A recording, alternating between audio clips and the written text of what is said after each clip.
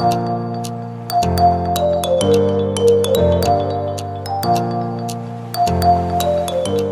en welkom by Corpus Christi Emalagleni. Ons het die laaste 2 weke gepraat oor die belangrikheid van wat ons sien as kerk. Die eerste week het ons mekaar gesê, ons wil hê die gemeente, die lidmate, moet die stad bereik en ons sê hoe. Ons het laas week gepraat oor wat in ons mond uitkom, waarheid en leuns en spreek ons nog lewe. Vanoggend wil ek miskien die heel belangrikste teks met jou deel en dis as Jesus praat oor kerk. En miskien sy konteks anders as my en joune. In Johannes 4 kry ons die stuk waar Jesus by die Samaritaanse vrou kom en hy en sy gesprek het. So eerstens wil ek vir jou sê, in Johannes 4, die Samaritaanse vrou is buite Jesus se konteks. Jesus is 'n Jood, sy is 'n Samaritaan. Die Jode haat die Samaritane. Miskien is dit 'n baie sterk woord, maar hulle hou nie van mekaar nie. Dis twee etniese groepe wat nie baie tyd of respek vir mekaar het nie, maar tog baie naby aan mekaar is in reëls en regulasies en hulle godsdiens gebruike. En hier kom die Samaritaanse vrou en Jesus kry haar by die put 12 uur die middag. En Jesus vra vir haar om water te skep en die hele gesprek oor dit en dan sê Jesus vir hom, as jy weet wie jou vra, sal jy van my vra om vir jou lewende water te gee en jy sal nooit weer dors word nie. En op 'n stadium, dan sê Jesus, maar gee my dan vir my die water wat jy dan van praat, sodat ek nooit weer moet terugkom om van die water te kry nie. En dan begin Jesus met haar praat oor, en dis waaroor ek met jou wil praat vandag, dan sê hy vir haar, gaan roep jou man, en sy antwoord hom, ek het nie 'n man nie. Dan sê hy vir haar, jy het reg geantwoord, jy het 5 mans gehad, en die man wat nou by jou bly, is nie jou man nie. En dan begin die hele uitdaging van kerk. Jy sien, Jesus konfronteer hierdie vrou oor die waarheid in haar lewe, of die sonde in haar lewe, maar hy wys nie uit nie. Hy laat sy dit eintlik erken. Hy sê vir roep jou man, hy gee vir haar kans om te sê, ek het nie 'n man, hy gee vir haar kans om te erken. En ewe skielik sien hierdie vrou, dat sy is besig met 'n godsman. En ek weet nie of jy agtergekom het nie, en dis die probleem van kerk. Kerk is baie keer 'n valse plek. Sodra mense van die wêreld, of mense wat se lewens nie in lyn is met die skrif nie, of mense wat nie God aanbid nie, sodra hulle gekonfronteer word met kerk, of met 'n godsman, of 'n godsvrou, dan wil hulle ewe skielik kerk begin praat. En die vrou ontdek dat Jesus 'n profeet is, en sy ontdek ewe skielik, maar okay, kom ons praat kerk, en sy sê vir hom, julle Jode sê ons moet hier aanbid, maar ons aanbid daar. Ewe skielik wil sy praat oor 'n plek van aanbidding. Interessant, en baie keer in my lewe, as mense nie weet ek se predikant nie, dan kuier ons lekker saam. Die oomblik as hulle uitvind ek se predikant, ewe skielik vra hulle om verskoning vir hulle sondes. Ewe skielik vertel hulle vir my hoe goed hulle is en hoe baie mooi werk hulle doen.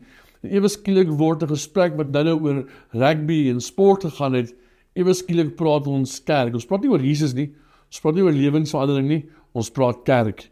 Want gewoonlik dink mense, dis godsdienstig om oor kerk te praat. Hierdie vrou doen dieselfde. Sy praat met Jesus, sy praat met hom oor plek van aanbidding. En Jesus wil nie eintlik met haar daaroor praat nie. Jy sien, ware kerk gaan nie oor plek van aanbidding nie. Dit gaan oor die manier van aanbidding. En as ek en jy praat oor 'n kerk wat ons wil plant in Witbank, dan wil ek vanoggend vir jou sê, dit is nie 'n kerk waar ons pretensieus wil wees nie. Dit is nie 'n kerk waar mamma en pappa in die kar veg, en as die kerk inloop, hou hulle hande vas nie. Dit is 'n kerk waar mense reël kan wees. Jy sien, want daar waar jy reël kan wees, daar kan jy gesond word. Daar waar jy met pretensieus wees, daar kan jy nie gesond word nie. Daar is nie 'n plek vir genesing in pretensie nie. En Jesus wys dit vir die vrou. Hy sê, dame, daar kom 'n tyd, en tyd is nou, wanneer die ware aanbidders God in gees en in waarheid gaan aanbid. Hy sê, daar kom 'n tyd, waar dit nie gaan saak maak of jy in die APK kerk is, PPK kerk is, hervormde kerk is, NG kerk is of die AGS kerk nie. Hy sê, daar is nie goed wat jou gaan red nie. Hy sê, die hele tempelbelewenis, van almal moet tempel toe kom en deur die priester offer. Hy sê, daai goed is besig om weg te gaan. Hy sê, daar kom 'n tyd, wanneer die ware aanbidders, by implikasie, dat iewers is daar vals aanbidders, God in gees en in waarheid gaan aanbid. Hy sê, dit gaan nie meer oor die kerkgebou per se nie. Dit gaan oor mense wat saamkom, wat opreg is, wat 'n begeerte het om Jesus Christus aan te gryp. Hierdie vrou kry te doen met Christus. Sy kan nie dit doen met 'n kerkleier nie. Sy kan nie dit doen met iemand wat voorgee om die kansel te staan en perfek te wees nie. Sy kan dit doen met Jesus Christus, die ware perfekte ene, wat die prys vir haar betaal het. Maar hy staan ook nie daar en veroordeel haar nie. Jy sien die probleem baie keer is ek en jy in kerk. Ons staan op die kansels en ons veroordeel baie keer mense. Jy sien wat Jesus doen is, hy staan voor haar en hy herstel haar. Is die kerk nog 'n plek van herstel?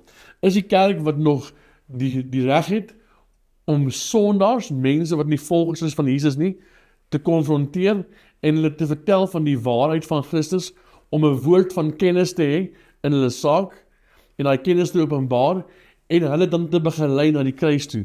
Want toe hierdie vrou Jesus ontmoet, en sy sien sy dit doen met waarheid, en ewe skielik sy oor kerk wil praat, en Jesus eintlik oor haar wil praat, toe verander haar konsep.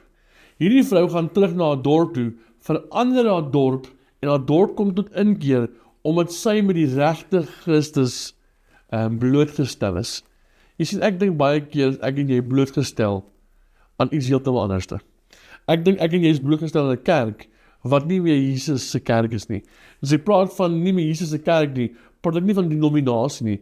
Ek praat van kerk wat baie keer net heeltemal te pretensieus is. Is ek en jy nog in 'n kerk, waar mense kan foute maak, sonder dat die kerk die foute goedkeur, maar waar die kerk 'n plek word waar mense genesing kan ontvang.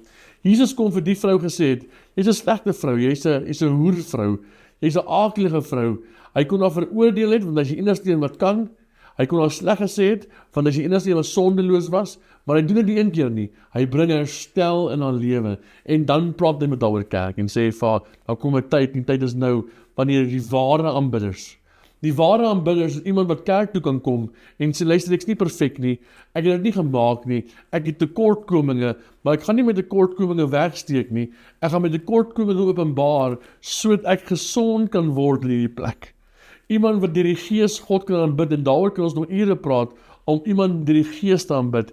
Dit beteken dis nie gebonde aan 'n gebou nie, dit beteken dis vry, dit beteken dis los, dit beteken ek en jy wat voor God kan staan enige plek en ewe skielik kan aanbid, en sê ons is vry van enige reëls en regulasies en wettiese strukture. Dis die vryheid en sê, God, hier's ek is stikkend, ek is nie perfek nie, ek het dit nie gemaak nie, ek is nie die beste persoon nie, maar ek kom na u toe en sê, Here, ek weet by u alleen is daar vir my genesing. En Jesus wat opdaag en sê, jy's reg, jy het na die regte plek toegekom, jy het na die plek van genesing toegekom. Kan dit nie waar wees dat 'n kerk 'n plek word van genesing nie? Ek is teen kerk wat 'n plek word wat sonde rein te maak voor. Ek hou nie van so 'n kerk nie. Ons kan nie in so 'n kerk funksioneer nie. Ons kan nie in 'n kerk funksioneer waar dit reg is dat alle sondes maar daar gehandhaaf word nie. Maar ons kan definitief in 'n kerk funksioneer waar mense eerlik is, waar mense opreg is, en mense bereid is om hulle sondes te bely en te sê, hier's my tekortkominge, ek het nodig dat God 'n herstelwerk binnekant my doen. En dis hoekom Jesus Christus gesterf het aan die kruis, sodat daar herstelwerk kan wees binnekant mense. Mense wat opreg is. Jy sien, God bly binnekant jou in elk geval. Jy is die nuwe tempel. Die tempel is nie meer 'n kerkgebou nie, jy is die nuwe tempel. En hy beweeg oral saam met jou. So of jy op 'n sportveld staan en jy skree en jy vloek en jy hoereer, en of jy by 'n braai staan en jy vloek en jy skree en hoereer, Jesus is teenwoordig. Want ek en jy is die nuwe tempel. So waar ons ook al gaan, is hy saam met ons. Die verantwoordelikheid wat ek en jy het is om klaar te maak met 'n lewe wat hom nie verheerlik nie. Om klaar te maak met 'n lewe wat vals is. Sê, Here, hier is ek in my gebrokenheid, want die kruis is die enigste plek wat my kan herstel. Dis mense wat opreg na die kruis toe kom en sê, Jesus, herstel my. Volgende wil ek jou uitdaag om deel te word van 'n beweging van mense, om deel te word van 'n groepering van mense wat sê, ek is klaar met kerk speel, ek is klaar met pretensieusheid, ek soek 'n plek waar ek Jesus kan aanbid, en daai verandering in my in staat stel te gaan en my dorp te verander. 'n Plek waar ek vir prostituie kan lief wees, 'n plek waar ek vir hoereerders kan lief wees, 'n plek waar ek vir manne en vroue wat God haat kan lief wees, en sê, ons is 'n kerk in 'n dorp geplant om 'n lig te wees, om mense lief te wees wat niemand lief het nie. Nie om hulle sondes ruimte te maak voor nie, maar om die veranderende krag van Jesus Christus aan hulle bloot te stel. Hierdie vrou is 'n vrou van 5 mans. Sy ontmoet vir Jesus Christus. Hy openbaar waarheid en sy vind genesing in haar siel, want sy lieg nie. En Jesus sê vir haar, daar kom 'n tyd van die ware aanbidders, God in gees en in waarheid wil aanbid. Ons hart by Corpus Christi Emalahleni is om 'n plek te wees waar mense God in waarheid gaan aanbid, waar daar ware verandering sal wees, en waar die stad van Emalahleni verander sal wees, nie omdat daar 'n kerk is nie, want die kerk is nie die faktor nie, omdat daar mense is, wat tempels is, wat Jesus Christus opreg beleef het, en wat gesê het, ek is klaar met feikheid, ek is klaar met pretensieusheid, ek is klaar met hierdie half gewaste ding dat ek moet mooi aantrek, en mooi lyk, en mooi funksioneer. Ek wil in my gebrokenheid kom, God toelaat om die gebrokenheid reg te maak, en dan vanuit daai plek uit begin mense bedien, en alle stikkendes, of hulle prostituie is, of hulle hoereerders is, of hulle diewe is, of hulle kriminele is, om daai ouens vir Jesus Christus sal wen. Ek wil jou uitnooi, vir meer info, kontak ons kerkkantoor by 013-244-1610, of wees baie welkom om my te kontak, my nommer sal hier onder staan.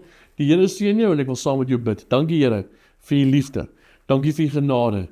Maak ons kinders van God wat opreg is, wat nie lief nie, wat in waarheid lewe, maar wat nie kom speel en sê ek is perfek nie. Here, ek is nie perfek nie, ek het die Christus Jesus nodig, wat my lewe kom reinig elke liewe dag, sodat ek 'n instrument kan wees in u hand, Here. Here, my instrumentheid, dit feit dat ek iets kan beteken, het niks te doen met my perfektheid nie, te doen met die genade van Jesus Christus op my lewe, en die feit dat u konstant besig is om in my te werk, om my meer en meer, tot die dag van my dood, iemand te maak, wat meer soos u lyk. Here, vergewe ons sondes, vergewe ons tekortkominge, dat ons nooit gemaklik wees met sonde in ons lewe nie, dat ons nooit regverdig nie, Here, maar altyd die begeerte dat u hand in ons lewens sal werk. Ons gee al die eer en al die lof, in Jesus naam. Amen. Die Here seën jou, dankie vir elkeen wat gee. Onthou ons gesê, die heel eerste geld, die eerste 10.000 rand ons het, gaan ons saai in Witbank. Gaan ons daar los om 'n verskil te maak. Ons gemeente wil sien dat Witbank tot inkeer kom. En as jy praat van Witbank, praat ek van elke liewe persoon, want ons sien ons lidmate as almal wat daar bly. Of hulle nou gered is of ongered is, of hulle nou prostitutes of hoereerder is. Ons is daar om daai mense te bedien, en dis ons hart. Die Here seën jou, sien jou volgende week.